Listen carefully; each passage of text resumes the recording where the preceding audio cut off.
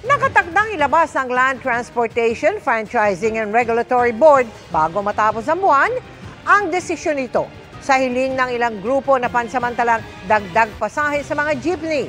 Sakaling hindi pagbigyan, pag-aaralan ng LTFRB kung pwedeng mamahagi na lang ng fuel subsidy. Nakatutok si Joseph Moro.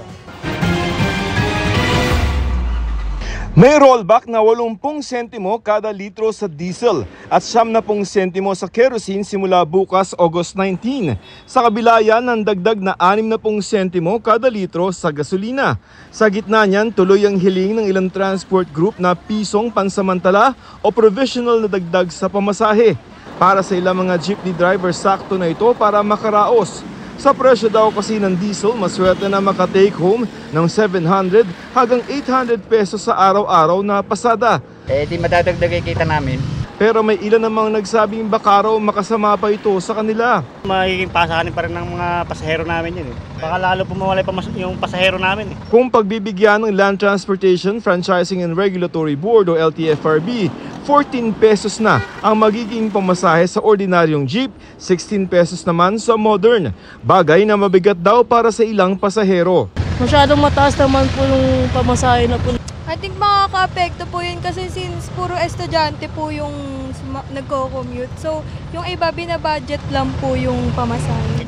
Sa pagdinig ng petisyon kanina sa LTFRB, tanong ni LTFRB Chairman Atty. Chofel Luguaris III, kulang pa ba ang naunang pisong provisional increase na ibinigay noong October 2023? Hindi naman daw laging mataas ang presyo ng krudo dati pero hindi nila ito binawi.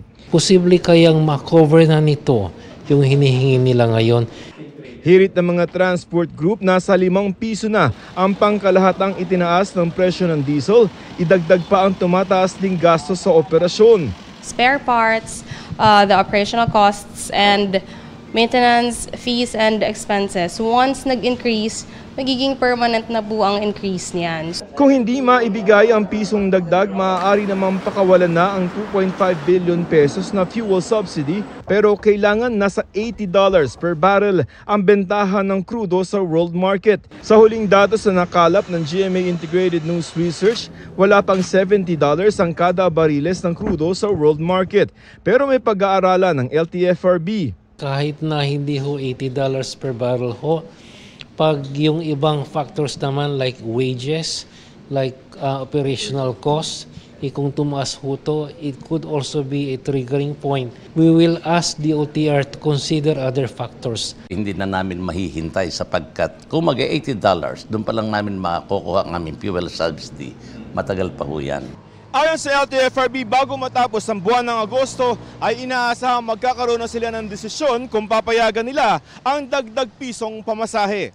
Ipapaaproba ng LTFRB sa DOTR ang anumang desisyon nila, katulong ang mga ahensya ng gobyerno may kaugnayan sa ekonomiya para pag-aralan kung ano magiging epekto nito sa ordinaryong mamamayan. Para sa GMA Integrated News, Joseph Morong, Nakatutok 24 Oras.